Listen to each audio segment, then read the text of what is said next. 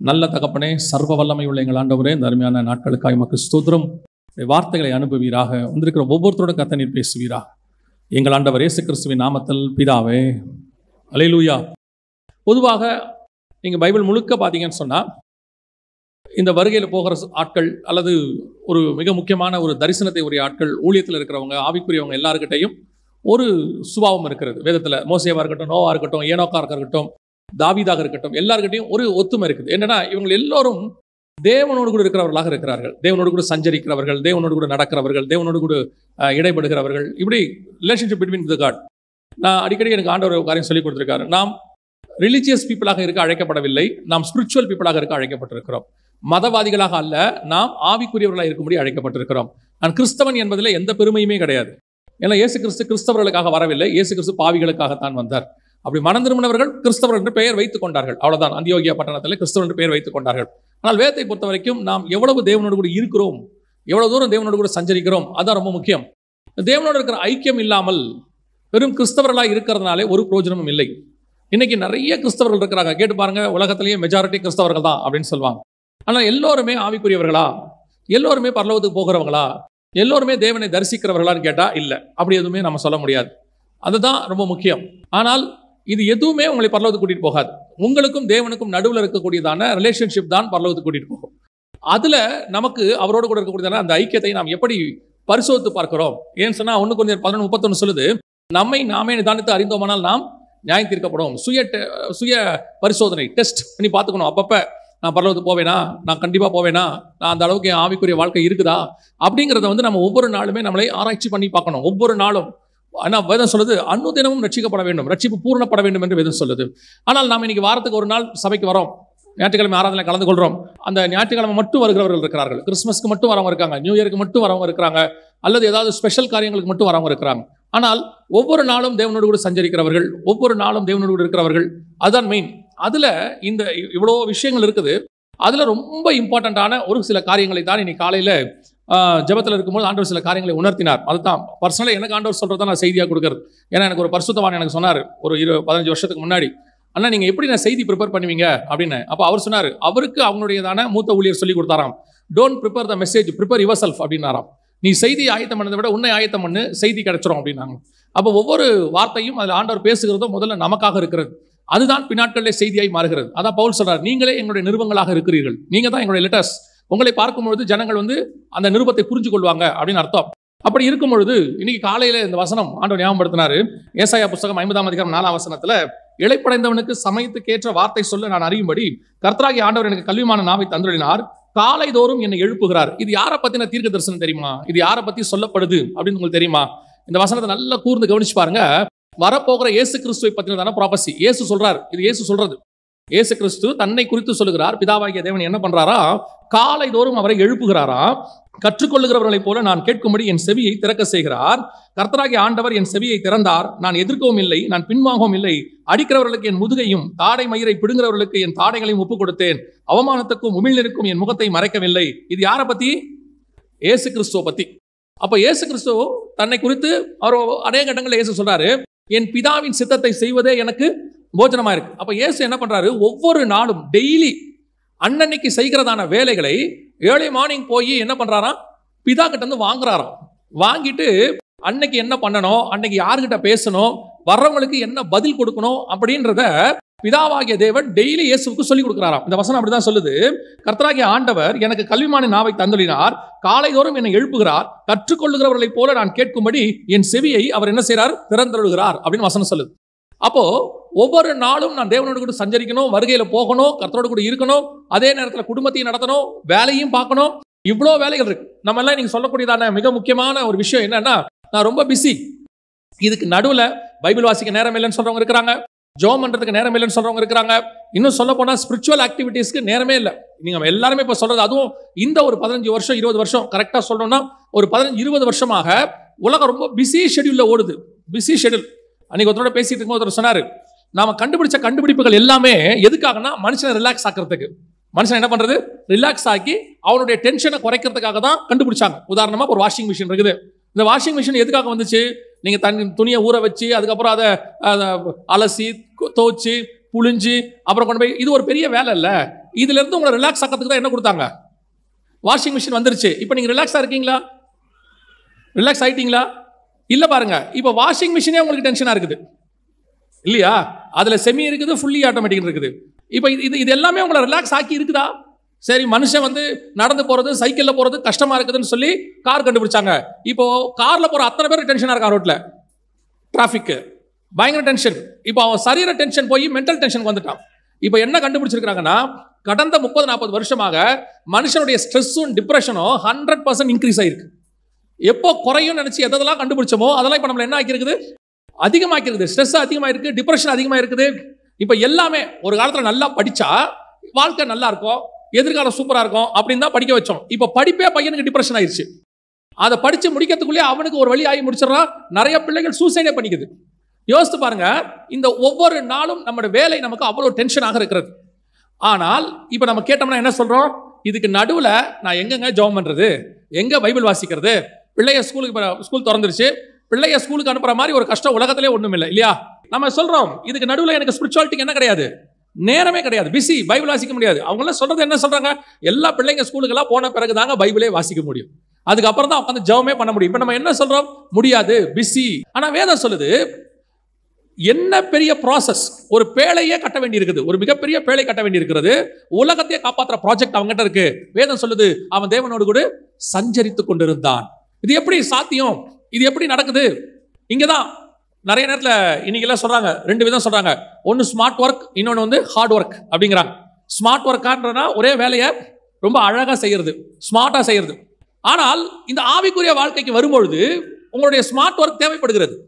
நீங்க ஸ்மார்ட் ஒர்க்கா இருந்தா மட்டும்தான் ஸ்பிரிச்சுவலாவும் வேலை செய்ய முடியும், அதே நேரத்தில் வேர்ல்ட்லி ஒர்க் பார்க்கணும். வேர்ல்ட்லி ஒர்க் பார்க்காம இருக்க முடியாது.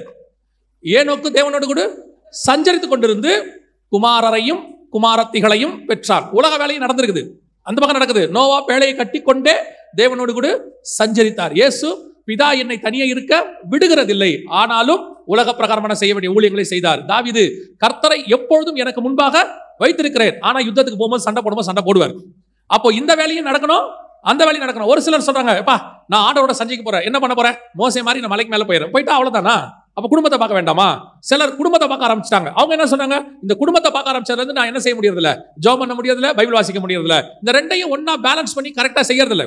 அதுக்கு செய்யறதுக்கு மிக முக்கியமாக நீங்கள் செய்ய வேண்டிய ஒரு ஈஸி மெத்தட் என்னன்னு கேட்டா, இந்த வசனம் சொல்லுது, ஏசாயா 54, காலை தோறும் அவர் என்னை எழுப்புகிறார், கற்றுக்கொள்ளுகிறவனை போல என் செவியை அவர் திறக்குகிறார். அங்க வசனம் சொல்லுது பாருங்க, நான் கேட்கும்படி என் செவியை. காலையில உட்கார்ந்து ஆண்டவர்கிட்ட யூ மஸ்ட், நீங்க உட்கார்ந்து ஆண்டவர்கிட்ட பேசணும். ஆண்டவர்கிட்ட பேசும்போது தான் ஒவ்வொரு நாளும் நீங்கள் செய்ய வேண்டியதை சாட் போட்டு ஆண்டவர் கொடுப்பாரு. இதெல்லாம் நடக்குமாங்க, வாய்ப்பு இருக்குதா அப்படின்னு கேட்டீங்கன்னா, இல்லாத விஷயத்த சொல்லல. ஏசாயா 54 சொல்லுது, ஒவ்வொரு நாளும் நாம் செய்ய வேண்டியதை என்ன செய்யணும், இளைப்படைந்தவனுக்கு சமயத்துக்கு ஏற்ற வார்த்தை சொல்லும்படி. ஏன் இயேசு எல்லாருக்கும் பெர்ஃபெக்ட்டா பதில் கொடுத்தாரு? இயேசு அத்தனை பேருக்கு, பரிசேயர்களுக்கு ஒரு பதில், அதே வேதவாரர்களுக்கு ஒரு பதில், அதே நேரத்தில் சமாரிய ஸ்திரீக்கு பேசும்போது அவங்களுக்கு வேற பதில், 100க்கு அதிபதி வரும்போது வேற பதில், சீஷர்களுக்கு வேற மாதிரி பதில். யார் யாருக்கு என்னென்ன பதில் கொடுக்கணும், எப்படி பேசணும் அப்படிங்கிறத பிதா காலையிலே அவருக்கு சொல்லிடுவாராமா. நான் சொல்றது ஒரு உதாரணம், ஒரு டைம் டேபிள்னு வச்சுக்கோங்க. பிதா காலையிலே சொல்லிடுவாரு, இன்னைக்கு உன்னை பார்க்க 12 சீஷர்கள் வருவாங்க, இந்த 12 பேரை நான் செலக்ட் பண்ணியிருக்கிறேன், இந்த வர 70 பேர்ல இந்த 12 பேரை செலக்ட் பண்ணு அப்படின்னு சொல்லிடுவாராம். அது மட்டும் இல்ல, அடுத்து இன்னைக்கு நீ ஒரு சமாரிய ஸ்திரியை பார்க்கணும், அந்த அம்மா வச்சு ஒரு கிராமத்தை ரட்சிக்க வேண்டியிருக்கு, அந்த அம்மா இந்த மாதிரி பேசும், அந்த அம்மாவுக்கு இந்த மாதிரி பதில் கொடுங்க. பிதா அவருக்கு சொல்லிடுவாராம். இயேசு கிறிஸ்து இருக்கக்கூடிய ஒரு அற்புதமான குணாதிசயம். நம்ம வாழ்க்கையில ஏன் இவ்வளவு டென்ஷன்? டெய்லி சிலர்லாம் பாத்தீங்கன்னா 40 வயசுல பிபி, 35 வயசுல சுகர். காரணம் என்ன கேட்டா ஒரே வார்த்தை சொல்றாங்க, பயங்கர டென்ஷன், ஸ்ட்ரெஸ், டிப்ரெஷன். இயேசுநாதருக்கு உலகத்தையே சுமந்து தீர்க்கிற பிரச்சனை, அவருக்கு ஸ்ட்ரெஸ்ஸும் இல்லை, டிப்ரெஷனும் இல்லை. அவர் ரொம்ப கூலா இருக்காரு, ரொம்ப கூலா இருக்கிறாரு. சிலர்லாம் பாத்தீங்கன்னா, உங்களுக்கு நம்ம ஆபீஸ்ல வேலை செய்யும் போது ஆவிக்குரியவர்களை பார்த்தா அந்த ஆவிக்குரிய அல்லாதவர்களுக்கு, நான் பிலீவர்ஸ்க்கு கொஞ்சம் கோவம் வரும். என்ன காரணம்னா, நம்மளை விட அவங்களுக்கு பிரச்சனை கம்மியா தான் இருக்கும், பட் நம்ம தான் பிரச்சனை ஜாஸ்தி இருப்போம். ஆனா நம்ம முகத்துல ஒரு சந்தோஷம் இருந்துகிட்டே இருக்கும், நம்ம ஒரு பாட்டு பாடிட்டே இருப்போம், இல்லைன்னா ஒரு நம்ம முகத்துல ஒரு ரட்சிப்பின் சந்தோஷம் இருக்கும். இதை பார்த்த உடனே அந்த நான் பிலீவருக்கு கோவம் வரும். பெரும்பாலும் நமக்கு மேல இருக்கிற மேனேஜருக்கு கோவம் வரும். என்ன இவன் நம்மளோட கம்மியா சம்பளம் வாங்குறான், ஆனா ஆள் சந்தோஷமாவே இருக்கிறானே அப்படின்னு சொல்லிட்டு நமக்கு மேல இருக்கிறவங்களுக்கு கோவம் வரும். அதுவே எரிச்சலா மாறும். ஒரு நாள் கூப்பிட்டு கேட்பாங்க, என்ன ரொம்ப முகத்துல சந்தோஷமா இருக்க என்ன அப்படிம்பாங்க. நமக்கு அந்த சந்தோஷம் எதனால வருதுன்னு கேட்டீங்கன்னா, பணத்தினாலேயோ வேற எதனாலேயோ வரல, ஆண்டவர் நமக்குள்ள அந்த சந்தோஷத்தை கொடுத்து வச்சிருக்கிறார். அது டெய்லி நம்ம முகத்துல பிரதிபலிக்குது. நமக்கு இல்லாத பிரச்சனையா? நீங்க யோசிச்சு பாருங்க. நம்ம சோகத்துல பாட்டு பாடுவோம். நமக்கு ரொம்ப பாரம் ஆயிடுச்சுன்னா, ரொம்ப ஒரு பாரம் ஆயிடுச்சுன்னா அதை நம்ம ஒரு பாட்டில் தான் எக்ஸ்பிரஸ் பண்ணுவோம். ஆனா தூரத்துல இருந்து பாக்குறவனுக்கு என்ன தோணுன்னா, எவ்வளவு சந்தோஷமா இருந்தா அவன் பாடின்னு போவான். அவன் அப்படிதான் நினைச்சுப்பான். நான் ஊழியத்துக்காக வெளிநாட்டுல இருந்து வந்துட்டேன். வந்து ஒரு 11 மாசம் எனக்கு ஊழியமே கிடையாது. அப்ப என் நண்பர் ஒருத்தர் நான் பிலீவர், அவரு என் கூட இருந்தாரு. அவர் பக்கத்து வீடு. நான் அவர் தான் டெய்லி போவோம் வருவோம். எனக்கு பிரச்சனைக்கு நடுவில் பாட்டு பாடிட்டே இருக்கணும். எனக்கு பாடினா தான் நான் ரிலாக்ஸ் ஆவேன். அப்போ நான் என்ன செய்கிறேன், பாடிட்டே இருக்கிறேன். ஒரு நாள் எங்கள் அம்மா கிட்ட போய் என் ஃப்ரெண்டு கேட்குறாரு, அம்மா எனக்கும் அவனுக்கும் ஒரே பிரச்சனை, 2 பேருக்கும் 2 பிள்ளைகள், எனக்கும் ஃபீஸ் கட்டுற ப்ராப்ளம் இருக்குது, அவனுக்கும் இருக்குது, எனக்கு நல்லா தெரியுது. இன்னும் சொல்ல போனால் எனக்காவது கொஞ்சம் சோர்ஸ் இருக்குது, அவன் ரொம்ப கஷ்டப்படுறான்னு தெரியுது. ஆனால் எப்படிமா அவன் சிரிச்சுட்டே இருக்கிறான் அப்படின்றான், பாட்டு பாடிட்டே இருக்கிறான். காரணம் என்ன? இது வேற எதாலையும் வந்ததல்ல, கர்த்தர் நம்மோடு கூட இருந்து அதை ஏற்படுத்துகிறார். உங்களுக்குள்ள ஆண்டவர் இருந்தால் அந்த சந்தோஷம் தானாய் வரும். அந்த ரிலாக்ஸ், உங்களை டென்ஷன் ஆகாம கர்த்தர் பார்த்துப்பார். எவ்வளவு பிரச்சனை வேணா இருக்கட்டுமே, அதுக்கு நீங்க செய்ய வேண்டிய பிரதானமான வேலை என்னன்னா, காலை தோறும் உங்களை அவர் எழுப்புகிறாராம். காலையில ஏர்லி மார்னிங். இன்னைக்கு கிறிஸ்தவர்கள் கிட்ட இல்லாத ஒரு சுபாவமாய் மாறிடுச்சு. வாசிங்க மார்க் எழுதின சுவிசேஷம் 1ஆம் அதிகாரம் 33, 34, 35 வாசிங்க. பட்டணத்தார் எல்லாரும் வீட்டு வாசலுக்கு முன்பாக கூடி வந்தார்கள். பலவிதமான வியாதிகளினால் உபத்திரவப்பட்டிருந்த அநேகரை அவர் சுஸ்தமாக்கி அநேகம் பிசாசுகளையும் துரத்திவிட்டார். அந்த பிசாசுகள் தம்மை அறிந்திருந்தபடியால் அவைகள் பேசுகிறதற்கு அவர் இடம் கொடுக்கவில்லை. அவர் அதிகாலையில் இருட்டோடே எழுந்து புறப்பட்டு வனாந்தரமான ஓரிடத்திற்கு போய் அங்கே ஜெபம் பண்ணினார். நைட்டு முழுக்க என்ன நடந்திருக்குது? ஊழியம் நடந்திருக்குது நைட்டு முழுக்க. இன்னும் நீங்க மத்தியில அது இருக்கு, போய் வாசித்து பாருங்க. நெடுநேரம் அவர் சுகமாக்கி கொண்டிருந்தார்னு இருக்குது. ஆனால் வசனம் சொல்லுது, இவ்வளவு மினிஸ்ட்ரியை முடிச்சுட்டு அவர் அதிகாலையில் இருட்டோடு எழுந்து. அப்படின்னா என்ன அர்த்தம்? அவர் வேலை இருக்குது, யார் இங்க வேலை இல்லைன்னு சொல்லல. ஆனால் early morning prayer is very important. அதிகாலையில், இந்த அதிகாலை என்கிறதை எல்லா கிறிஸ்தவர்களும் கண்டிப்பாக செய்ய வேண்டியது. இது ஆப்ஷனே கிடையாது, நோ மோர் ஆப்ஷன். ஏன்னா காலை தோறும் அவருடைய கிருபை எப்படி இருக்கிறது? புதிதாக இருக்கிறது. காலை தான், அதுவும் ஏர்லி மார்னிங். அதுவும் ஒரு ஊழியத்துக்கு இருக்கிறவங்க, ஆவிக்குரிய வாழ்க்கையில் இருக்கிறவங்க, ஊழியம் செய்ய விரும்புறவங்க, அல்லது குடும்பத்தை சக்சஸ்ஃபுல்லா நடத்தணும்னு நினைக்கிறவங்க, வியாபாரம் சக்சஸா இருக்கணும்னு நினைக்கிறவங்க, உங்க லைஃப்ல கர்த்தர் இருந்து சக்சஸா போகணும்னு நினைக்கிற அத்தனை பேரும் செய்ய வேண்டிய மிக முக்கியமான practice, exercise early morning prayer. பெற்றோருக்கு சொல்லுகிறேன், பிள்ளைகளை காலையில எழுப்புங்க, ஏர்லி மார்னிங் எழுப்புங்க. நீங்களே என்னத்தை பாவம் பார்க்காதீங்க. ஐயோ பாவம் பிள்ளை ஸ்கூலுக்கு போகுது, ஸ்கூலுக்கு தான் போகுது. நீங்க சொல்றது எப்படி இருக்குன்னா, அது AK-47 எடுத்துக்கிட்டு வார் ஃப்ரண்ட்டுக்கு போகுதுன்ற மாதிரி இருக்குது. அது ஸ்கூலுக்கு போகுது, அது ஸ்கூலுக்கு போகுது. அதுவும் என்ன போகுது? காலையில் தூக்கி ஒரு மூட்டையை தூக்கி அது மேலே போடுறீங்க, 7:30 போகுது. இருக்கட்டும், இது எல்லாம் அது ஒரு வருஷம் பாஸ் பண்றதுக்காக நீங்க பண்றது. ஆனா உங்க பிள்ளை லைஃப்ல பாஸ் பண்ணணும்னா, உங்க பிள்ளைக்கு நீங்க சொல்லிக் கொடுக்க வேண்டியது ஏர்லி மார்னிங் பிரேயர். இது ரொம்ப முக்கியம். இன்னைக்கு ஆவிக்குரிய குடும்பங்கள் அல்லது கிறிஸ்தவ குடும்பங்களில் காலை ஜெபம் கிடையாது. காலையில ஒரு 3 மணில இருந்து, எங்க 3 மணியா அப்படின்னு கேட்காதீங்க, 3 to 6 தான் இருக்கிறதுலயே best time for the prayer. 3 to 6, 6க்கு முடிச்சிடணும். 3 to 6னா ஆரம்பிக்கிறது இல்லை, 6க்குள்ள முடிச்சிடணும், பெஸ்ட் டைம். நான் சொல்லல, சயின்ஸே சொல்லுது. இதை நம்ம ஆண்டவர் தான் ஃபர்ஸ்ட் சொல்லியிருக்கிறார். எங்கன்னா வாசிங்க, ஆதியாகமத்தின் புஸ்தகம் 3ஆம் அதிகாரம் 8வது வசனம் வாசி. ஆதியாகமம் 3:8 வாசி. பகலில் குளிர்ச்சியான வேளையிலே தோட்டத்தில் உலாவும் தேவனாகிய கர்த்தருடைய சத்தத்தை அவர்கள் 3 மணிக்கு அவர் என்ன பண்றாரு? காலையில பகலில் குளிர்ச்சியான வேலை. பகல்ல குளிர்ச்சியான வேலை என்ன தெரியுமா? எல்லா நாட்டிலையும் எடுத்திருக்கிறாங்க, ஆல் ஓவர் த வேர்ல்டு. எல்லா நாட்டிலையும் ஒரு நாட்டுக்கு குளிர்ச்சியான டைம் எது அப்படின்னு பார்த்தா, ஜனங்க எல்லாம் படுத்து, வாகனம் எல்லாம் ஓடி, கூடுமான வரைக்கும் எல்லாம் சைலண்ட் ஆகி, அது வரைக்கும் இருந்த சூடெல்லாம் குறைஞ்சி, ஒரு அமைதியா ஒரு இருக்கிறதுலயே அங்க ஒரு சில்லுன்னு இருக்கக்கூடிய கிளைமேட் எத்தனை மணிக்கு வருதுன்னா, ஏர்லி மார்னிங் 3 o'clock தான் வருதாமா. Early morning 3 o'clock. நீங்க கூட பாருங்க, நல்லா தூங்கும் போது 10 மணிக்கு கூட படுத்துருவீங்க, ஆனா 3 மணிக்கு ஏசி ஆஃப் பண்ணிடுவீங்க. அந்த 2-3 மணி ஆகும்போது குளிர் உச்சத்துக்கு போகுது, நம்மள அறியாம 2 டிகிரி இன்க்ரீஸ் ஆகும். ஏன்னா எல்லாம் ஓடி அடங்கும் போது ஆட்டோமேட்டிக்கா குளிர் ஆகுதுன்னு சொல்றாங்க. அதே நேரத்துல நம்ம பாடியும் பகல் ஃபுல்லா ஓடி, நீங்க 9-10 மணிக்கு படுத்துட்டா கூட காலைல ஒரு 3 மணி போலதான் நம்ம பாடி ஃபுல்லா அமைதியான ஒரு இடத்துக்கு மைண்ட் வருதாமா. அதான் ரைட் டைம் ஃபார் மெடிடேஷன்ங்கிறான், 3 to 6. இந்த அதிகாலை குளிர்ச்சியான நேரம், ஏர்லி மார்னிங் இருட்டோடு அப்படின்னு பார்த்தோம்ல, இதை நம்ம அத்தனை பேரும் எழுந்திருக்கணும். நாங்க எங்க பைபிள் காலேஜில் தங்கி இருக்கிறோம். நான் அது நீங்க விளையாட்டாவும் எடுத்துக்கலாம், பட் எனக்கு அது சீரியஸ். எங்க பைபிள் காலேஜுக்கு பின்னாடி ஒரு மயில் இருக்குது, அது ஒரு காடு மாதிரி மயில் இருக்குது. அந்த மயில் 4:30 மணிக்கு அகவும். மயில் குயில் தான் கூவும், மயில் அகவும். மயில் கத்தோன்னு வச்சுக்கோங்களேன், உங்க பாஷையில் சொன்னா எத்தனை மணிக்கு கத்தும்னா 4:30 மணிக்கு கத்தும். நான் 3:30 எழுந்திரிச்சு ஜோம் பண்றாள். நான் 3:30 மணிக்கு ஜோம் பண்ணுவேன். கரெக்டாக ஒரு 4:30 மணிக்கு அந்த சவுண்டு வரும். ஒரு நாள் நான் வந்துட்டு 4:30 வரைக்கும் தூங்கிட்டேன். 4:30 மணிக்கு எழுந்திரிச்சு ரெஃப்ரெஷ் ஆகிட்டு இருக்கிறேன், மயில் கத்துது. உண்மையிலேயே ஆத்மாக்குள்ள ஒரு துக்கம் வந்துருச்சு. இன்னைக்கு மயில் முந்திரிச்சு. டெய்லி நான் தான் முந்துவேன், இன்னைக்கு மயில் என்ன செஞ்சிருச்சு? முந்திருச்சு.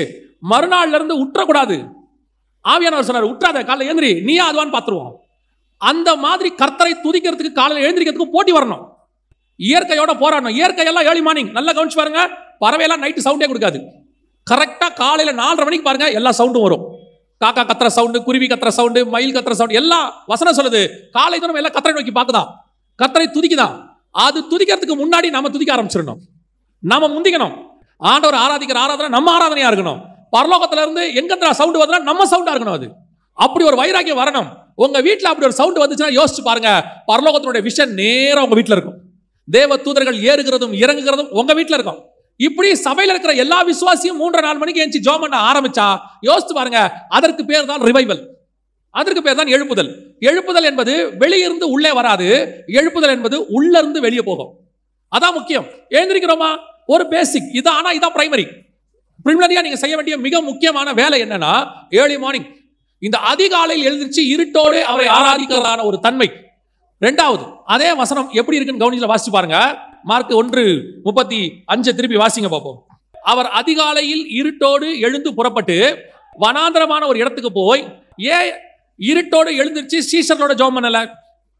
ஏன் இருட்டோட எழுந்திருச்சு பேதுருவின் மாமி வீட்டில் ஜெபம் பண்ணல? அந்த வசனம் என்ன சொல்லுது பாருங்க. அவர் இருட்டோடு எழுந்து ஒரு வனாந்தரமான இடத்திற்கு போய் அப்படின்னு இருக்கு. அப்படின்னா என்ன அர்த்தம்? அவர் எழுந்திருச்சிட்டார் ஜெபம் பண்றதுக்கு, பிதா அவரை எழுப்பிட்டார், எல்லாம் நடந்துருச்சு. ஆனால் மிக முக்கியமாக செய்ய வேண்டிய அடுத்த விஷயம் என்னன்னா, he separate from the world. எல்லா இடத்துல இருந்து தன்னை கொஞ்சம் தனித்து வச்சுக்கிறார். நான் ஒரு நாள் முழுக்க மனுஷனோட இருக்க போறேன், ஆனால் தேவனோட இருக்கும் போது எனக்கும் மனுஷனுக்கு என்ன இருக்கணும்? கொஞ்சம் டிஸ்டன்ஸ் இருக்கணும், தனித்திருக்கும்படி. அது ரொம்ப இம்பார்ட்டன்ட். நல்லா கவனிச்சு பாருங்க. ஒரு கணவனும் மனைவியும் பகல் முழுக்க எல்லாரோடையும் பேசிட்டு இருப்பாங்க, பிள்ளைகளை பார்ப்பாங்க, ஒன்னா போவாங்க, கல்யாணத்துக்கு எல்லாம் வருவாங்க. அந்த சாயங்காலம் இரவு வரும்போது அவங்க 2 பேரும் தனித்து இருக்கிற ஒரு சுபாவம் இருக்கும். அது எதுக்காக? இவ்வளோ காலில் பேசினாலும் அந்த தனித்திருக்கும் போது தான் சீக்கிரட்டான விஷயங்களை பேச முடியும். தனித்திருக்கும் போது தான் பேச முடியாத விஷயங்களை அங்க உட்காந்து பேச முடியும். எல்லாத்தையும் எல்லார் எதிரிலையும் பேச முடியாது. அந்த தனித்திருக்கும் பொழுது குடும்பத்தை பத்தின மிக முக்கியமான விஷயங்கள், வெளியே எல்லார் எதிரிலையும் சொல்ல முடியாத விஷயங்கள், அதை எல்லாத்தையும் எங்க சொல்ல முடியும்னா, நீங்க போய் செப்பரேட்டா டைம் ஸ்பெண்ட் பண்ணும்போது தான். சில நேரத்தில் மனைவி சொல்லுவாங்க கணவனை, பாத்தீங்களா, கணவன் கேட்பாரு, ஏன் நீ இதெல்லாம் என்கிட்ட சொல்லல அப்படின்னு. அந்த அம்மா கேட்கும், எப்போ உங்களுக்கு நேரம் இருந்துச்சு? நீங்க எப்ப பேசுறதுக்கு டைம் கொடுத்தீங்க? இவ்வளவுதான். இதே காரியத்தை தான் கர்த்தர் நம்ம கிட்ட எதிர்பார்க்கிறார். நீ ரொம்ப பிஸியா இருக்கிறப்பா, உங்ககிட்ட எந்த விதமான எனக்கு டைம் ஸ்பெண்ட் பண்றதுக்கு நேரமே இல்லை. ஆனா எனக்கு தேவை நீ என்னோட கூட தனித்திருக்கிற ஒரு காரியம். இப்ப வாசிங்க, இது எங்க இருக்குன்னு நல்லா கவனிச்சு பாருங்க. ஆதியாகமத்தின் புஸ்தகம் 24ஆம் அதிகாரம் 63வது வசன வாசி. ஈசாக்கு சாயங்கால வேளையிலே தியானம் பண்ண வெளியிலே போயிருந்து. இது என்ன வெளியிலே போயிருந்து? ஈசாக்கு சாயங்கால வேளையிலே தியானம் பண்ண. நம்ம எல்லாருக்கும் தெரியும், ஈசாக்கு என்பது இயேசு கிறிஸ்துவுக்கு முன்னாடையாளமா இருக்கக்கூடிய ஒரு சுபாவம். ஏன்னா ஈசாக்கு தான் மலை மேல கட்டையை தூக்கிட்டு போனாரு, இயேசு கிறிஸ்து சிலுவை தூக்கிட்டு போனாரு, அங்க பலி கொடுக்க போனாரு, இவரையும் பலி கொடுத்தாங்க. அதுக்கு பதிலாக ஒரு ஆடு பலியாச்சு, இங்க ஆட்டுக்குட்டியானவர் பலியானாரு. ஈசாக்கு ஒரே குமாரன், இவர் ஒரே பேரான குமாரன். இந்த ஈசாக்கு கிட்ட இருக்கிற ஒரு சுபாவம் இயேசு கிறிஸ்து கிட்ட இருந்த ஒரு சுபாவம். வசனம் சொல்லுது, ஈசாக்கு சாயங்கால வேலையானது, அதாவது இருட்டு வருகிற வேலை வரும்போது, இயேசு கிறிஸ்து இருட்டோடே எழுந்து. அப்படிதானே இருக்குது மார்க் 1:35. இயேசு இருட்டோடே எழுந்து. இங்க சாயங்காலமான போது அப்படின்னா என்ன அர்த்தம்? பொழுது சாயும் போது, வெளிச்சம் போய் இருட்டு வரும்போது. டைம் ஒண்ணுதான், அதாவது சூழ்நிலை ஒண்ணுதான். அந்த நேரத்துல ஈசாக்க பத்தி வசனம் சொல்லுது, தியானம் பண்ண வெளியில் போன போது. எங்க வெளியே போனாரு? தியானம் பண்ண வெளியிலே போயிருந்து. அப்படின்னா என்ன அர்த்தம் தெரியுமா? ஒரு ஊர் எப்பவுமே 3 பகுதியா இருக்கும். இந்த ஊரா இருக்கட்டும், எந்த ஊரா இருக்கட்டும், எருசலேமா இருக்கட்டும், எது வேணா இருக்கும், 3 பகுதி. ஒன்னு மையப்பகுதி, நகரம், சிட்டி, நாம வாழ்ற பகுதி. இதை தாண்டி அப்படியே கொஞ்சம் வெளியே போனீங்கன்னா வயல் இருக்கும், வயக்காடு. எங்க வேணா எந்த ஊருக்கு வேணா போங்க, விவசாயம் பண்ற இடம் இருக்கும். அது ஊருக்கு வெளியே தான் இருக்கும், ஊருக்குள்ள இருக்காது. ஊர்ல இருந்து கொஞ்சம் வெளியே போய் விவசாயம் பண்ணுவாங்க, அதான் வயல்னு சொல்லுவாங்க. வயல் தாண்டுனா வெளி, வயல் வெளின்னு நம்ம சொல்றோம்ல, அதோட அர்த்தம் என்னன்னா அதுக்கப்புறம் இருக்கிற இடம் விவசாயம் பண்ண முடியாது, வெளி இடம். அது வெறும் காடா கிடக்கும், ஒண்ணுமே இருக்காது. அப்போ மனுஷர்கள் வேலை செய்யற இடம் தான் வயல். நகரம் என்பது எல்லாரும் இருப்பாங்க, குழந்தைங்க, பெரியவங்க, சின்னவங்க, வேலை செய்யறவன், சும்மா இருக்கிறவன் எல்லாம் இருப்பான். இதை தாண்டி கொஞ்சம் போனா வயல், அங்க வெறும் வேலை செய்யறவங்க மட்டும் இருப்பாங்க. அதையும் தாண்டியாச்சுன்னா யாருமே இருக்க மாட்டாங்க, ஒருத்தர் கூட இருக்க மாட்டாங்க, காடு. அங்க போயிட்டாரு தியானம் பண்றதுக்கு ஈசாக். இதோட அர்த்தம் என்னன்னா, ஒண்ணு இந்த மனுஷங்களோட இருக்கிறோம், ரெண்டாவது கொஞ்சம் ஊழியக்காரங்களுக்கு சொல்றேன், நீங்க அடுத்து ஊழியம் பண்ணுவீங்க, வயல் விதை விதைக்கிற இடம், அதையும் தாண்டி யாருமே இல்லாத ஒரு தனியான இடத்துக்கு தான் நீங்கள் தியானம் பண்ண போகணும். இயேசு கிறிஸ்து வனாந்திரமான ஒரு இடத்திற்கு போனார்னு இருக்கு. ஏன் அப்படின்னு கேட்டா, இயேசு கிறிஸ்து எல்லாரோடும் இருக்கிறவர் தான், ஆளண்டாதவர்லாம் கிடையாது.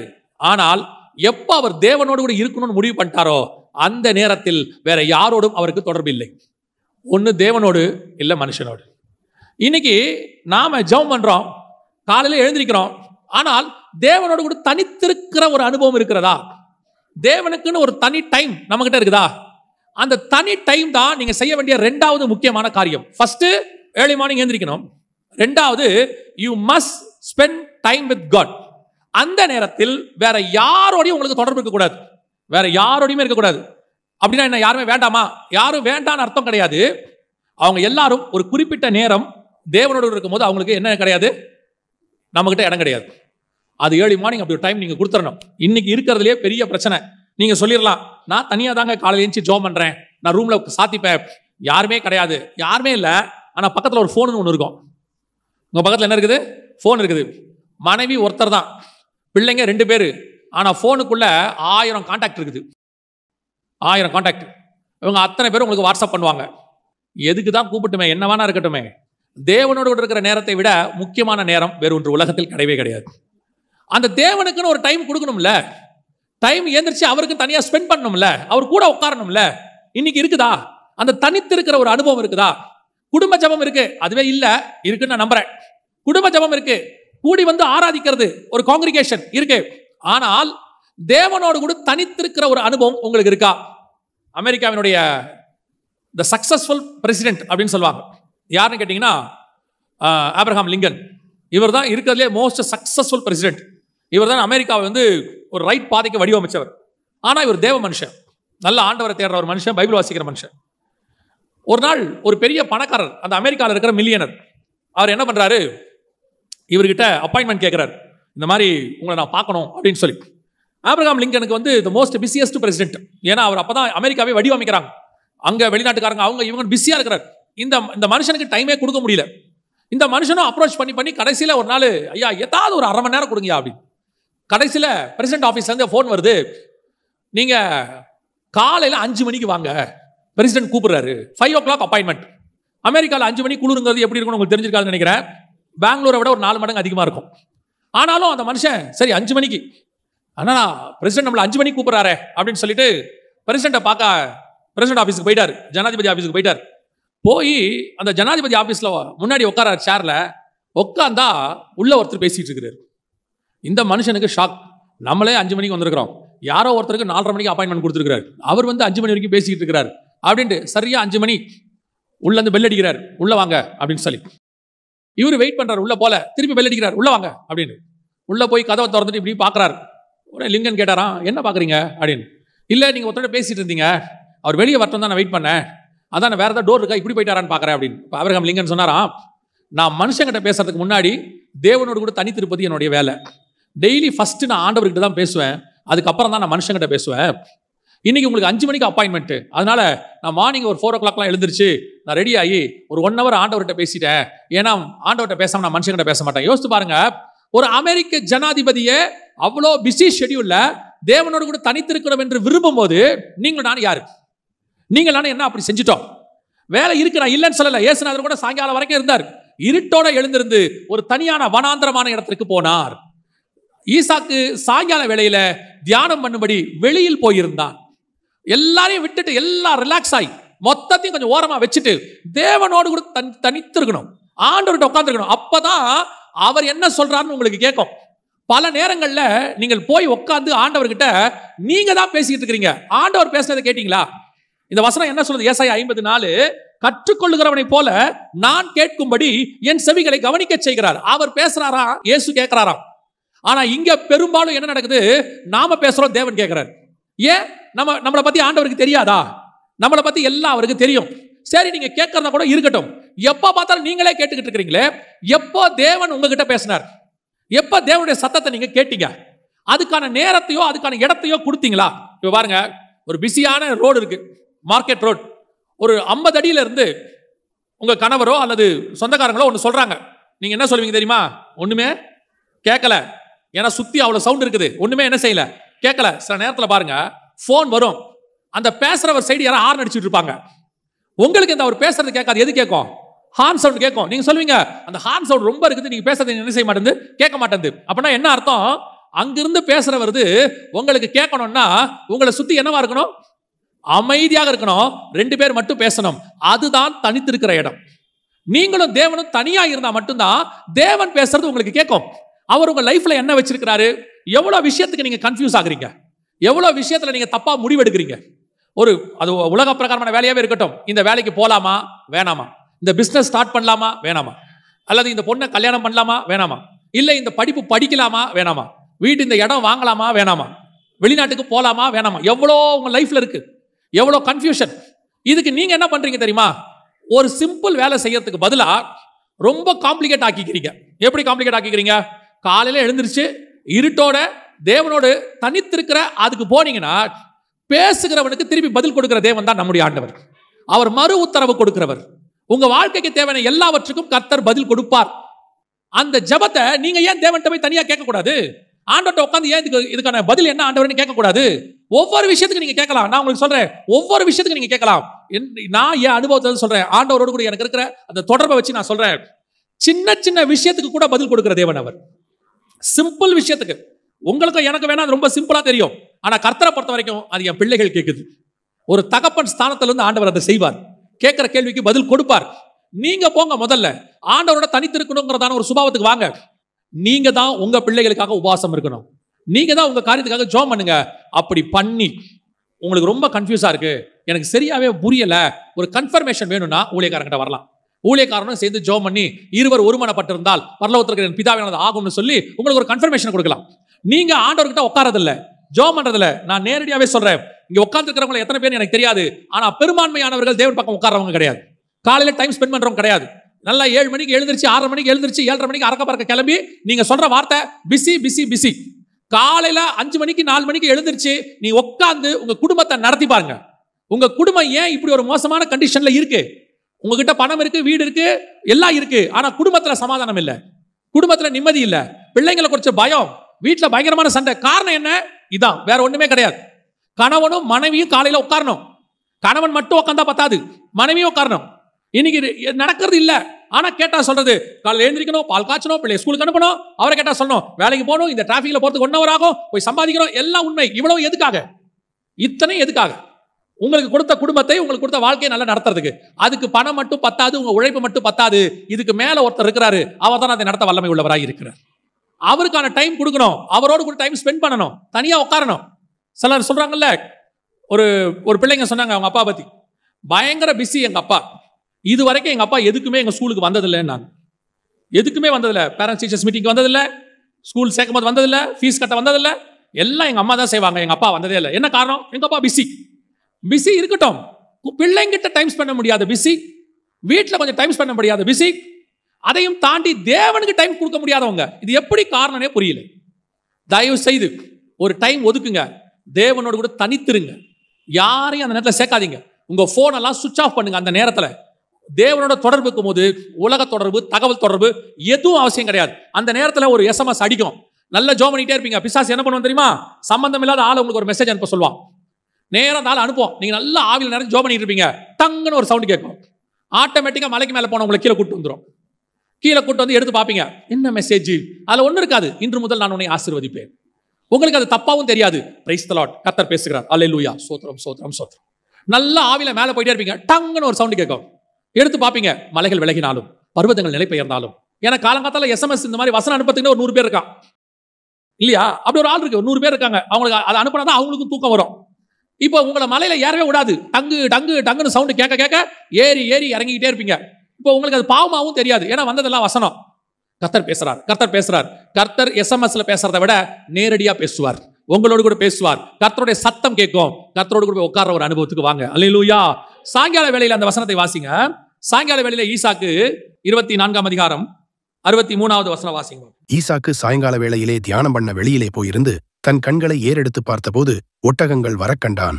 அந்த தியானம் பண்ண வெளியில் போனா பாருங்க, தியானம் பண்ண வெளியில போயிட்டான்.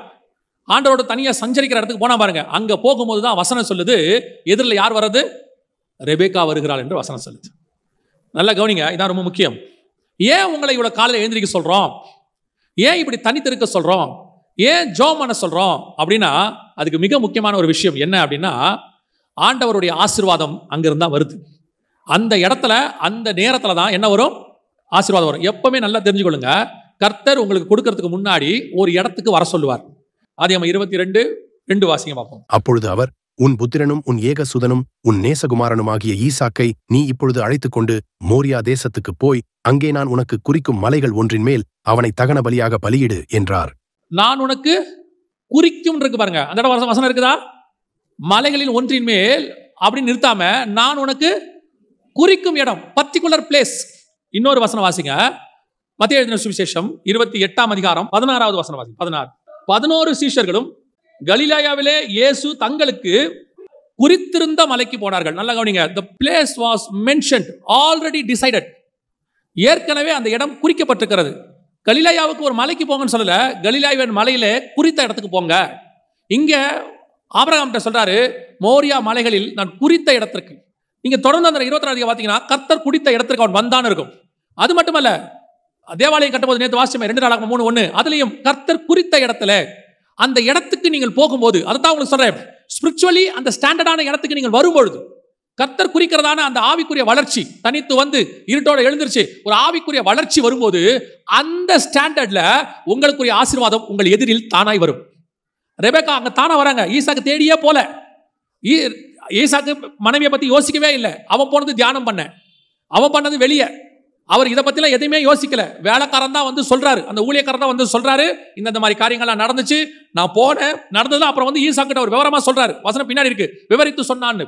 ஆனால் ஈசாக்கை பொறுத்த வரைக்கும் கர்த்தர் குறித்த இடம் தியானம் பண்ணும்படி வெளியில் போயிருந்தான், அவ்வளவுதான். அந்த இடத்துக்கு, அந்த நேரத்திற்கு, அந்த பர்டிகுலர் ஸ்பிரிச்சுவல் வளர்ச்சிக்கு நீங்கள் வரும்போது உங்களுக்கு தேவையான ஆசீர்வாதம் உங்களுக்கு முன்னால் தானாய் வரும். நீங்க இந்த ஆசீர்வாதத்தை தேடி தானே ஓடுறீங்க. ரெபேக்கா எங்க இருக்குது, ரெபேக்கா எங்க இருக்குன்னு ஓடுறோம்ல, எங்க இருக்கு நன்மை கிருபை எங்க இருக்குன்னு ஓடுறோம்ல. ஆனா நீங்க இருக்கிற இடத்துக்கு அது வருங்கிற. நான் திருப்பியும் சொல்றேன், ஏன் அனுபவத்தை வச்சு சொல்றேன், நமக்கு என்ன தேவையோ அதை பரமபிதா முன்பே அறிந்திருக்கிறார். அவர் வந்து நீங்கள் இருக்கிற இடத்திற்கு கொடுப்பதற்கு வல்லமை உள்ள தேவனாய் இருக்கிறார். நீங்க அலைய வேண்டியதே இல்லை. என்னை பொறுத்த வரைக்கும் நான் ஆண்டவரோட பழகினதுல சொல்றேன், நாம அலைஞ்சு திரிஞ்சணும்னு கர்த்தர் விரும்பவே இல்லை. யோசித்து பாருங்க, ஆகார் அலைந்து திரிந்தாள், சாராள் கூடாரத்தில் இருந்தாள். ஆகார் அலைந்து திரிந்து ஒரு குழந்தையை பெற்றாள், சாராள் கூடாரத்துக்குள் இருந்து ஒரு குழந்தையை பெற்றாள். இது வாக்குத்தத்தம் பண்ணப்பட்ட குழந்தை, அது மீறுதலினால் வந்த குழந்தை. எப்பவுமே சரி, கர்த்தர் ஒரு விஷயத்தை உங்களுக்கு செய்யறாருன்னா ரொம்ப ஸ்மூத்தா இருக்கும், ரொம்ப ஸ்மூத்தா இருக்கும். நீங்க ஒண்ணுமே பண்ண வேண்டாம், எல்லாமே தானா நடக்கும். நடக்குமா? நடக்கும். ஆனா அவர் சொல்றதை நீங்க செஞ்சுட்டே இருக்கணும், அவ்வளவுதான். கர்த்தர் குறிக்கிற இடத்துக்கு நீங்க போகணும். போனீங்கன்னா அங்க எல்லாம் நடக்கும். என் ஊழியத்தின் பாதையில நான் சொல்லுவேன், 22 வருஷத்துக்கு முன்னாடி, 23 வருஷம் ஆச்சு, 23 வருஷத்துக்கு முன்னாடி நான் சொல்றேன், ஊழியத்தின் பாதையில புறப்படும் போது 2004 ஆண்டவர் இந்தியாவுக்கு வர சொன்னார், வெளிநாட்டுல இருந்து. அப்ப எல்லாரும் சொன்னாங்க இங்க இருந்தே மினிஸ்ட்ரி பண்ணலான்னு எனக்கும் தோணுச்சு. ஆனா கர்த்தர் சொன்னார், நீ இந்தியாவுக்கு போகணும் அப்படின்னு சொன்னார். சோ இந்தியாவுக்கு வந்தாச்சு. அதே மாதிரி ஆண்டவர் 11 மாசம் காத்திருக்க சொன்னார். 11 மாசம் நான் காத்திருந்தேன். ஒரு ஊழியம் கிடையாது. எல்லாரும் பேச ஆரம்பிச்சுட்டாங்க, இவனுக்கு ஊழியம் இல்ல, சும்மா கதை விடுறான், பொய் சொல்றான், ஆண்டவர் இப்படி சொன்ன எப்படி விடுவாரு. ஆனா ஜெபம் பண்ணிட்டு இருக்கிறேன், கர்த்தர் சொல்றாரு நீ பொறுமையாருங்கிறார். 11 மாசம் நான் ஒண்ணுமே செய்யல, ஜெபம் பண்ணிட்டு இருந்தேன், கர்த்தர் சொல்றதை மட்டும் கேட்டுட்டே இருந்தேன். ஒரு நாள் ஆண்டவரே ஒருத்தர் பார்க்க என்ன கூட்டிட்டு போனார். நான் வேற ஒருத்தரை பார்க்க போறேன், வழியில ஒருத்தர் என்ன பார்க்கறாரு. இது என் லைஃப்ல நடந்தது. வழியில ஒருத்தர் பார்க்கறேன், அவர் கேட்கிறாரு, தம்பி என்னப்பா பண்ற? ஒன்றும் பண்ணலனே, மினிஸ்ட்ரிக்கு வந்தா இப்ப ஜெபம் பண்ணிட்டு இருக்கிறேன். அப்படியா, வாயா நம்ம 2 பேரும் ஜெபம் பண்ணுவோம் அப்படின்னு என்ன ஒரு இடத்துக்கு கூட்டு போறாரு பிரேயருக்கு. நாங்க 2 பேரும் 3 நாள் சேர்ந்து ஜெபம் பண்றோம். அந்த இடத்துக்கு ஒருத்தர் வராரு. ஆண்டவருடைய ஸ்கிரீன் பிளே பாருங்க, எப்படி நடத்துறாரு பாருங்க ப்ரோக்ராம். அந்த இடத்துக்கு ஒருத்தர் வராரு. அவரும் எங்க கூட பிரேயர்ல கலந்துக்கிறார். அவரும் 3 நாள் இருக்கிறார். அவர் 3 நாள் என்கிட்ட எதுவுமே பேசவே இல்லை. 3வது நாள்ல பிரேயருக்கு நடுவில் ஒரு டீ குடிக்கும் போது கேட்கிறாரு, என்ன பண்றீங்க? இந்த மாதிரி ஆண்டவர் ஊழியத்துக்கு வர சொன்னாரு, வந்து 10 மாசம் ஆச்சு, இப்போ ஒரு பிரேயருக்கு இங்க வந்திருக்கிறோம் அப்படியான்ட்டு அவர் போயிட்டாரு. அவர் போய் அவங்க ஃப்ரெண்டு கிட்ட சொல்றாரு. அந்த ஃப்ரெண்டு என்ன கூப்பிடுறாரு, நீங்க ஏதோ செகண்ட் கமிங் பத்தி மினிஸ்ட்ரி பண்றீங்க வந்திருக்கிறீங்கன்னு சொன்னாங்க, அது என்னன்னு எங்க வீட்டுல வந்து எங்களுக்கு சொல்ல முடியுமா? எங்க வீட்டுல அப்படின்னு வந்து சொல்றேன்னு சொல்றேன். ஆண்டவர் அனுப்புறாரு. அது வீட்டு கூட்டம் 4 பேர் தான் இருப்பாங்க, அதெல்லாம் தெரியாது. போனா 10 பேர் இருந்தாங்க. அவர் மனைவி 2 பிள்ளைகள், தம்பி அவங்க மனைவி 2 பிள்ளைகள், வேலை செய்யற 2 பேர், எல்லாம் ஒரு 10 பேர் இருக்காங்க. எங்களுக்கு பேசுங்க, 2ஆம் வருகை பத்தி என்னன்னு சொல்லுங்க அப்படிங்கிறார். நம்ம என்ன யோசிக்கணும்? நான் யாரு? வெளிநாட்டுல இருந்து வேலையை விட்டு வந்திருக்கிறேன், உங்க வீட்டுல வந்து பேசுறதுக்கு ஆண்டவர் கூப்பிட்டாரு. அதெல்லாம் இல்ல, ஆண்டவர் சொல்றாரு இங்க பேசுன்னு.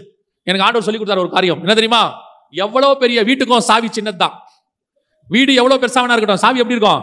அந்த வீடு அளவு இருக்காது. சாவி எப்படி இருக்கும்? அந்த டோரை ஓபன் பண்ற சாவி சின்னதுதான். பெரிய ஆசீர்வாதத்துக்கு சின்ன வழியை கத்தர் வச்சிருப்பார். அதுல ஏறினீங்கன்னா பெரிய ஆசீர்வாதம் கிடைக்கும். அவங்க வீட்டுக்கு போக சொன்னார், போனேன்.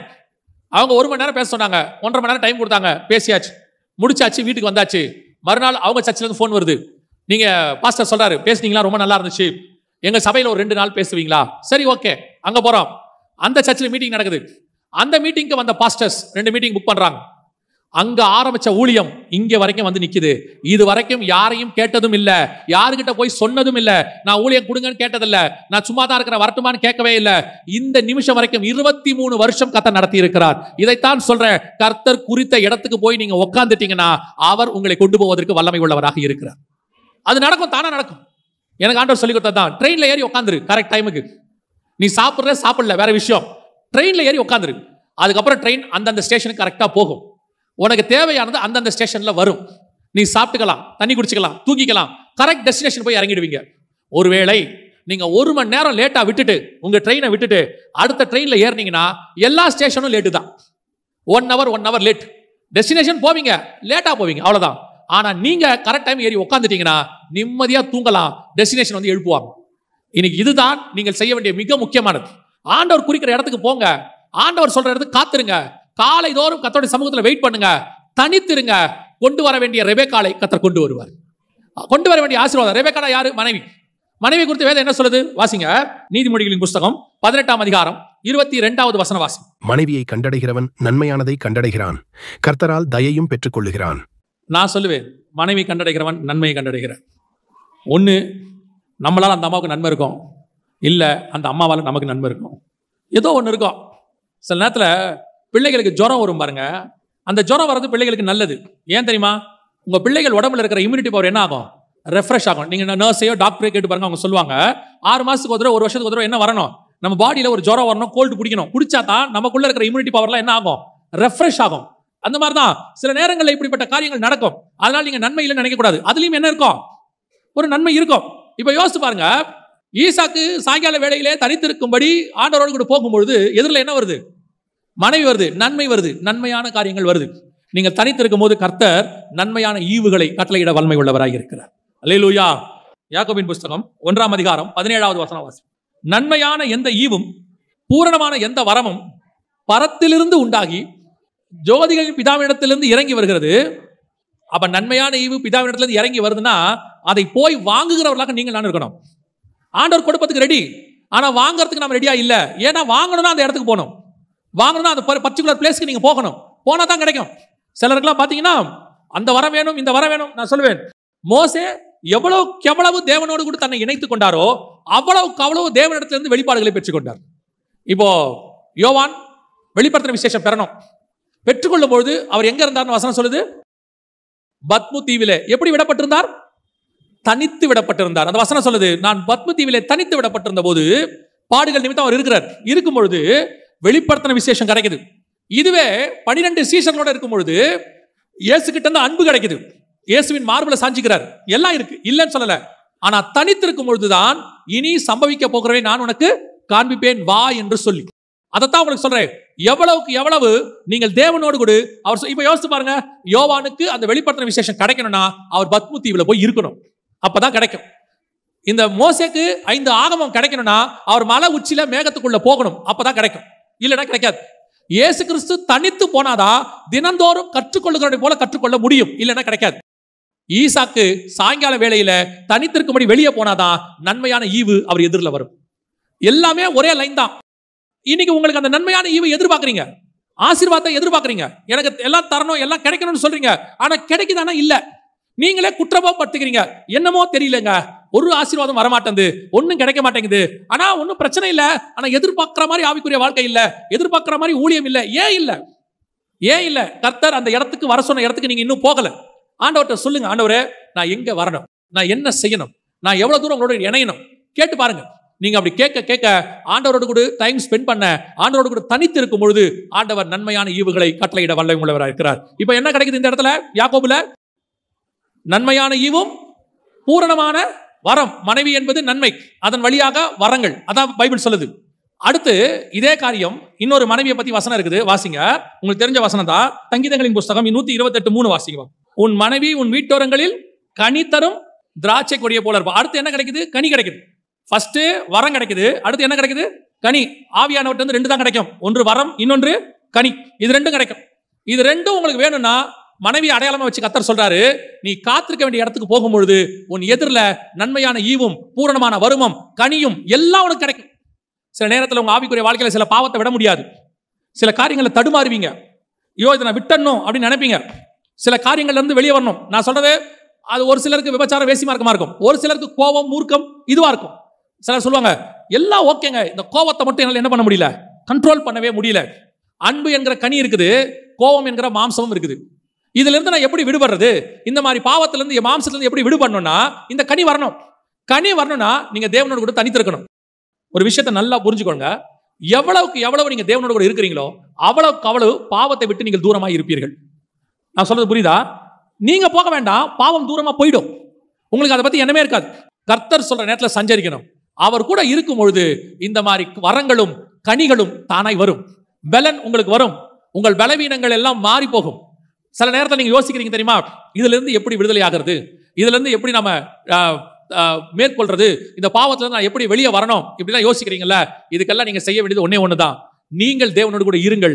ஆட்டோமேட்டிக்கா இதெல்லாம் தானாய் போகும். கொஞ்சம் பேர் ஒவ்வொரு பாவத்தையா தனித்தனியா விரட்டிக்கிட்டு இருப்பாங்க. ஆண்டவரே இனிமேட்டு நான் இந்த பாவம் செய்யக்கூடாது, இனிமேட்டு இந்த பாவம் செய்யக்கூடாது, இனிமேட்டு அந்த பாவம் செய்யக்கூடாது. நான் சொல்றேன், ஒவ்வொரு பாவத்தையா விரட்டணும்னா உலகத்துல இருக்கிற 1000 கோடி பாவத்தை நீங்க விரட்டணும், ஒவ்வொன்றையா விரட்டணும். அதுக்கு பதிலா ரொம்ப ஈஸியான ஒரு வேலை, ஆண்டவரோட கூட சஞ்சரிக்க ஆரம்பிங்க. இது அத்தனையும் தானாய் விலகி போகும். அவ்வளவுதான். ஒரு இருட்டை போக்கணும்னா அந்த இருட்டை விரட்டி பிரயோஜனம் இல்லை, ஒரு லைட்டு போடணும். உங்க எல்லாருக்கும் ஈஸியா தெரிஞ்ச உதாரணம் தான். லைட்டை போட்டா எவ்வளவு பெரிய ரூமா இருந்தாலும் வெளிச்சம் வந்துடும். லைட்டு பெருசா ஆக ஆக வெளிச்சம் ரூம் முழுக்க அதிகமாகும். அந்த ரூம்ல இருக்கிற பூச்சி கீச்சி எல்லாம் ஓடும் பாருங்க. லைட் போட்ட உடனே ஆட்டோமேட்டிக்கா இருக்கிற கர்ப்பப்பூச்சி வந்து எல்லாம் என்ன செய்யுது, மூளைக்கு மூளைக்கு ஓடுது. அதே மாதிரி தான் உங்களோடு கூட கிறிஸ்துவோடு கூட நீங்கள் நடக்க ஆரம்பிக்க ஆரம்பிக்க ஆரம்பிக்க உங்களுக்குள் கர்த்தருடைய வெளிச்சம் வர வர ஆட்டோமேட்டிக்கா உங்களுக்குள்ள இருக்கிற இருள் எல்லாம் தானாய் போகும். பாவத்தை ஜெயிக்கணும்னு நினைக்காதீங்க, இயேசுவோட இருக்கணும்னு நினைங்க. பாவம் தானாய் ஜெயிக்கப்படும். நம்ம பாவத்தோட போராடிட்டு இருக்கிறோம், பாவத்தோட சண்டை போட்டுக்கிட்டு இருக்கிறோம். இந்த பாவத்தை விடணும், அந்த பாவத்தை விடணும். அதனாலதான் பிசாசு என்ன பண்ணிட்டான்னா உங்களை ஈஸியா டைவர்ட் பண்ணிட்டான். எப்படி தெரியுமா? நீங்க இந்த பாவத்தை ஜெயிக்கணும்னு சொல்லிட்டு அதுக்கு ஒரு 6 மாசம் 1 வருஷம் ஆகுது, பாவத்தை ஜெயிச்சிட்டீங்க. பார்த்தா அடுத்த பாவம் இருக்கு, இப்ப இந்த பாவத்தை ஜெயிக்க ஆரம்பிக்கிறீங்க. இப்படியே உங்க வாழ்நாள் முழுக்க 50 வருஷம் பாவத்தோடயே போராடி இருக்கிறீங்க. அப்புறம் 50வது வயசுல நீங்க என்ன சொல்லுவீங்க தெரியுமா? இத்தனை வருஷமா போராடுறேன், ஒரு சில பாவங்கள் இன்னும் என்னை விட்டு போகல. ஏன் போகல தெரியுமா? நீங்க பாவத்தோட கூட போராடுறீங்க. அதுக்கு பதிலாக பாவத்தோட போராடுறதை விட்டுட்டு தேவனோடு கூட சஞ்சரிக்க ஆரம்பிங்க, தேவனோடு கூட நடக்க ஆரம்பிங்க, ஆண்டவரோடு கூட பேச ஆரம்பிங்க. வசனம் சொல்லுது, இவைகள் எல்லாம் நம்மை விட்டு தானாய் ஓடி போகும். பிசாசு உங்களை விட்டு என்ன செய்வான்? ஓடி போவான். அப்போ இதுக்கு நீங்க செய்ய வேண்டிய பேசிக் தான் காலை தோறும் எழுந்திருக்கிறது. இதுக்கு நீங்க பேசிக் தான் வனாந்தரமான இடத்துக்கு போறது, தனித்திருத்தல். இதுக்கு பேசிக் தான் கர்த்தரோடு கூட சஞ்சரித்தல். இதை மட்டும் நீங்க கரெக்டா செஞ்சீங்கன்னா நன்மையான ஈவு தானாய் வரும், வரம் உங்களிடத்தில் தானாய் வரும், கனி உங்களிடத்தில் தானாய் வரும். இது அத்தனையும் ஒன்று சேர்ந்து கர்த்தருடைய திட்டம் உங்ககிட்ட நிறைவேறும். இப்ப பாருங்க, ஈசாக்கு கிட்ட ரெபேக்கா வந்தாங்க, இயேசு கிறிஸ்து கிட்ட நன்மையான ஈவு வருது, பிசா கிட்ட இருந்து திட்டம் வருது. இப்ப ஆதாமுக்கு ஏவாளை கொண்டு வந்து கொடுக்கிறார் ஆண்டவர். ஆதாம் தோட்டத்துக்குள்ள அயர்ந்த நித்திரை பண்ணார், வேற ஒண்ணுமே செய்யல, ஒண்ணுமே செய்யல. இப்ப ஆட்டோமேட்டிக்கா ஏவாளை கொண்டு வந்து ஆண்டவர் கொடுத்துட்டார். ஏவாள் யாரு? வசனம் சொல்லுது, ஆதியாகமத்தின் புஸ்தகம் 2ஆம் அதிகாரம் 18வது வசனம் வாசிங்க. பின்பு தேவனாகிய கர்த்தர், மனுஷன் தனிமையாயிருப்பது நல்லதல்ல, ஏற்ற துணையை அவனுக்கு உண்டாக்குவேன் என்றார். உண்டாக்குவேன் என்றார். அர்த்தம் என்ன தெரியுமா? இங்கிலீஷ்ல என்ன இருக்கு தெரியுமா? ஏற்ற துணைனா ஆண்டவர் என்ன சொல்றாரா? அவனுக்கு ஹெல்ப்பரை கொடுப்பேன்னு இருக்கு. இங்கிலீஷ்ல என்ன இருக்குது? ஹெல்ப்பர், கம்பானியன் இருக்கு. உங்களோடு கூட இணையக்கூடியதான அந்த கம்பானியனுக்கு பேர் தான் ஏற்ற துணை. இந்த இடத்துல நீங்க இருக்கும்போது தானாய் உங்க ஹெல்ப்பர் வருவார். புதிய ஏற்பாட்டில் ஹெல்ப்பர் யார் தெரியுமா? புதிய ஏற்பாட்டில் ஹெல்ப்பர் யோவான் 16ஆம் அதிகாரத்தில் இருக்கு இல்லையா? நான் போய் உங்களுக்கு ஒரு தேற்றரவாளனை அனுப்புவேன்னு, அதுக்கு இங்கிலீஷ்ல ஹெல்ப்பர்னு இருக்கு யோவான் 16ல். அப்போ நீங்கள் இந்த சரியான இடத்தில் ஜெபம் பண்ணும்போது ஆவியானவர் உங்களுக்கு ஹெல்ப் பண்ண வந்துருவாரு. எல்லா விதமான ஆசீர்வாதங்கள் வரும். இந்த வரம் ஆவியானவருது, இந்த கனி ஆவியானவருது, இந்த ஜெயம் ஆவியானவருது. அவர் வருவார், உங்களுக்கு வரங்களை தருவார், கனிகளை தருவார், நன்மையான ஈவுகளை கட்டளையிடுவார், உங்களுக்கு தேவையான ஹெல்ப் எல்லாத்தையும் செய்வார். அதுக்கு நீங்க செய்ய வேண்டியது ஒன்னே ஒண்ணுதான், காலை தோறும் எழுந்திருக்கணும், கர்த்தர் சொல்றபடி தனித்திருக்கணும், கர்த்தர் சொல்ற இடத்துல காத்திருக்கணும். இதை மட்டும் ரெகுலரா, பேசிக் சின்ன ஃபார்முலா பாருங்க, ஒரு சின்ன ஃபார்முலா தான். இந்த ஃபார்முலாக்கு பின்னாடி எவ்வளவு பெரிய விஷயம் இருக்குது பாருங்க. இதை நீங்க செஞ்சு பாருங்க. நீங்க உலகத்தில் இருக்கிற எந்த பரிசுத்தவான்கள், கர்த்தரால் பயன்படுத்தப்பட்ட எல்லா பரிசுத்தவான்கள், வல்லமையாய் பயன்படுத்தப்பட்ட எல்லா பரிசுத்தவான்களுடைய சாட்சியும் கேட்டு பாருங்க. அவங்க சாட்சியில ஒரு லைன் கண்டிப்பா இருக்கும், காலை ஜெபம் கண்டிப்பாக இருக்கும், அதிகாலை ஜெபம் கண்டிப்பாக இருக்கும், இருட்டோட எழுந்திருச்சு தேவ சமூகத்தில் காத்திருத்தல். இந்த செய்தியை நான் சொல்லிட்டு முடிக்கிறேன். இந்த செய்தியை இன்னைக்கு காலையில இருட்டோட எழுந்திருச்சு ஜெபம் பண்ணும் போது கர்த்தர் கொடுத்தது. ஆண்டவர் இந்த வசனங்கள் எல்லாம் அடுத்து கொடுத்து, இது ஆண்டவர் இன்னைக்கு காலையில உங்களுக்கு பேச சொன்னதான செய்தி. அப்போ உங்க சபையில ஆண்டவர் ஏதோ ஒரு காரியத்தை எதிர்பார்க்கிறார். ஒரு சிலரை கர்த்தர் எழுப்ப விரும்புகிறார். நீங்கள் அது இயேசு கிறிஸ்துவுக்கான அந்த சீஷருடைய ஊழியத்தை செய்வீர்களோ, அல்லது ஈசாக்கை போல நீங்கள் கர்த்தரிலிருந்து திட்டத்தை பெற்றுக்கொள்வீர்களோ, நன்மையான ஈவுகளை பெற்றுக்கொள்வீர்களோ, வரங்கள் கனிகளை கேட்கிறீங்களோ, எதை கேட்கிறவங்களா இருந்தாலும், நன்மையான ஈவுகளை கேட்கிறவங்களா இருந்தாலும், வரங்களை கேட்கிறவங்களா இருந்தாலும், அல்லது கனியை கேட்கிறவங்களா இருந்தாலும், உங்க அத்தனை பேருக்கும் கர்த்தர் கொடுக்கிற ஒரே சொல்யூஷன், ஒரே வார்த்தை, இனி ஒவ்வொரு நாளும் அதிகாலையில இருட்டோட எழுந்திருச்சு தேவ சமூகத்தில் தனித்திருங்கள். நீங்கள் கேட்கிற அத்தனையும் கொடுப்பதற்கு கர்த்தர் வல்லமை உள்ளவராக இருக்கிறார். அல்லேலூயா. அது சக்சஸாக இருக்கட்டும், அல்லது பாவத்தை ஜெயிக்கிறதா இருக்கட்டும், அல்லது நீங்கள் விரும்புகிற ஆசீர்வாதமா இருக்கட்டும், அத்தனைக்கும் இது ஒண்ணுதான் ஃபார்முலா. ஆமென். நாம் ஜெபிக்க போகிறோம். ஏந்திரிக்கலாமா நம்ம தேவ சமூகத்துல? உங்களை எத்தனை பேர் ஆண்டவரை நோக்கி சில காரியங்களுக்காக ரொம்ப நாளா ஜெபம் பண்ணிட்டு இருக்கீங்க? நான் ஸ்பிரிச்சுவலாவே கேட்கிறேன். உங்களுக்கு வரங்களோ, கனியையோ, அல்லது பாவத்தை மேற்கொள்ளுதலோ, உங்கள் பலகீனங்களிலிருந்து விடுதலை ஆகணும்னோ, சில காரியங்கள் எங்களுக்கு கிடைக்கணும்னு சொல்லியோ, உங்களை எத்தனை பேர் இத்தனை ரொம்ப நாட்களா ஜெபம் பண்ணிட்டு இருக்கிறீங்க? உங்க வாழ்க்கையில நான் ஜெபம் பண்ணிட்டே இருக்கிறேன், ஆனா இன்னும் எனக்கு அது வரல. ஆனா கர்த்தர் சொல்லியிருக்கிறாரு தருவேன்னு சொல்லி, வாக்கு பண்ணியிருக்கிறாரு, ஆனா வரல. இன்னைய வரைக்கும் அது என்ன தடனே எனக்கு தெரியல, நான் யோசிக்கிறேன், இன்னும் எனக்கு அது சேரல அப்படின்னு உங்களை எத்தனை பேர் நினைச்சிட்டு இருக்கிறீங்க? அப்படிப்பட்டவங்களுக்கு ஆண்டவர் கொடுக்கிறதான ஒரு வாக்கு தத்தம் அல்லது ஒரு வழிமுறை, நீ பெற்றுக்கொள்வதற்கு கர்த்தர் சொல்லக்கூடியதான ஒரு மிக முக்கியமான ஹெல்ப், வழி, உதவி என்ன தெரியுமா? ஆண்டவர் உன்னோடு கூட தனித்திருக்க விரும்புகிறார். உங்க கூட ஆண்டவர் பேச விரும்புகிறார். அப்பொழுது உங்களுக்கு அதை தர விரும்புகிறார். இது கர்த்தர் உங்களுக்கு கொடுக்கிற வார்த்தை. நீ நெடுநாய் காத்திருக்கிற காரியம் நிச்சயம் கிடைக்கும். ஆனால் நான் சொல்லுகிற இடத்துக்கு நீ வா. ஈசாக்கா எல்லா இடத்துலையும் பலி கொடுக்க முடியாது. தேவாலயத்தை எல்லா இடத்துலையும் கட்ட முடியாது.